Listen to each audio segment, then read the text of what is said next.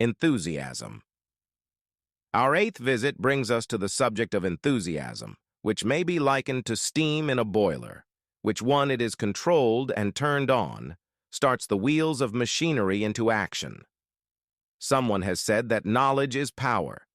That is only a half-truth, for knowledge becomes power only when it is put into action for the attainment of a definite objective. Enthusiasm is one of the most powerful means by which we may put into action our education, experience, and knowledge. Spoken words without enthusiasm are often ineffective, and sometimes they can be actually boresome.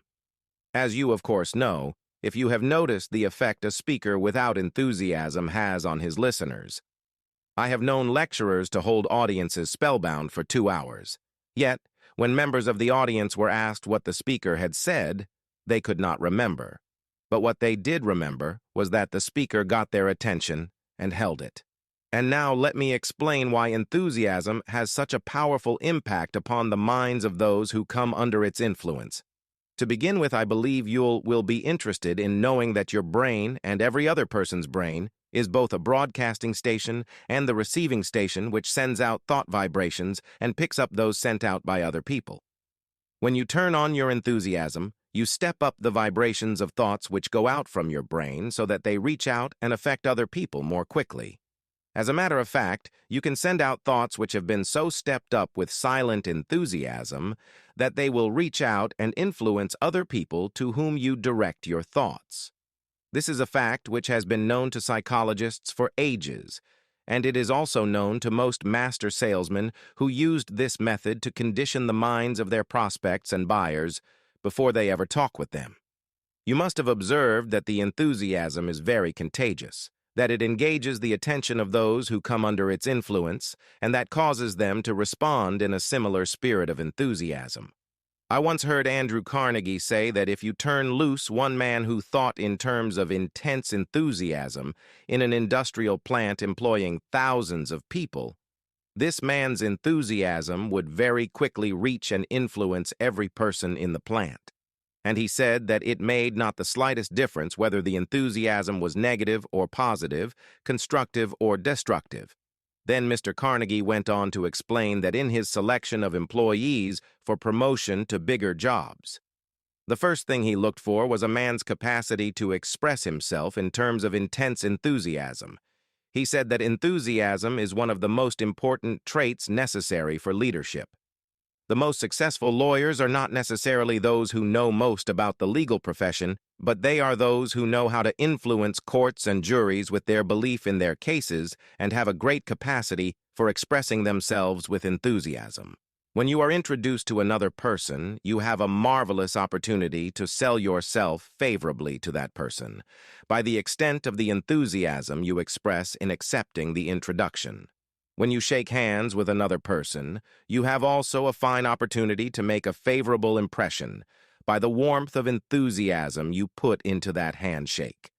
If there is anything which leaves me flattened and unfavorably impressed when I'm introduced, it's an extended hand which feels like a piece of cold ham, and that acknowledges the introduction with a cold, canned, pleased to meet you with no signs of enthusiasm back of it. Right here, let me give you a brief course in salesmanship which may be of value to you the remainder of your life. When you meet anyone on whom you wish to make a favorable impression, when it is you have not previously met, or someone with whom you are already acquainted, do these things. 1. Turn on your enthusiasm and so modulate your voice with it that you definitely make the other person feel you are happy to communicate with him. 2. When you shake his hand, take a firm grip on it and give it a quick, firm squeeze at the end of each word you express in your greetings. For example, say, "How do you do? I am so very glad to meet you." Do not gross the hand, however, as I have known some people to do. 3. Then, if you begin the conversation, be sure that you direct it to some subject of interest to the other person. And 4. Follow through by eagerly asking questions which will keep attention focused upon the other person. Then when you are ready to have the other person hear what you have to say about yourself or your interests or your business, he will have been prepared to listen attentively. For many years, I taught master salesmanship. And the first important thing I endeavored to teach my students was the importance of 1, speaking with enthusiasm, and 2, selling the prospective buyer himself before trying to sell him anything else. I have often told my students of salesmanship that the best possible way for one to sell himself to others is to first sell the others to themselves.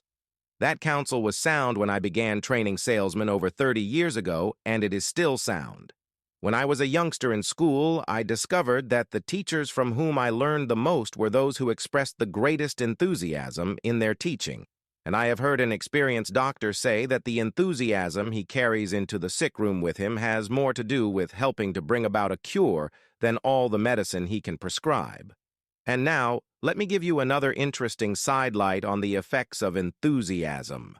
I have noticed that enthusiasm not only influences others who come under its effect, but it also very distinctly influences, and it benefits those who follow the habit of expressing it in their thoughts and deeds. Enthusiasm is an expression of a positive mental attitude, and it has long been known to doctors that a positive mental attitude stands high on the list of influences which give one sound health. I have heard it said, for example, that only one thing causes stomach ulcers, and that is worry or a negative mental attitude. And only one thing can cure stomach ulcers, and that is a positive mental attitude. It seems that disease germs cannot live and thrive in the bloodstream of one whose mind is always positive. I have still another very important observation concerning the power of enthusiasm which I wish to give you. I have observed that prayer is expressed with intense enthusiasm, bringing much quicker and more satisfactory results. Now you can try this for yourself and be convinced. I began experimenting with this idea many years ago, and from my experiences, I gathered the information which caused me to change my method up prior entirely. I now use the prayer I recommended to you on previous visits with the gratifying results that I get quicker and more favorable action from my priors than I did when I expressed them in a spirit which lacked enthusiasm.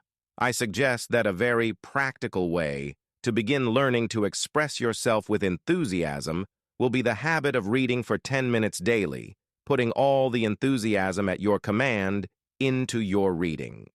You will be surprised in a short while at how much this will help you in speaking with enthusiasm in your ordinary conversations. I would suggest also that you adopt the habit of practicing enthusiasm in your conversations with your family, on your business associates. Incidentally, this habit will make you more popular with those who are close to you.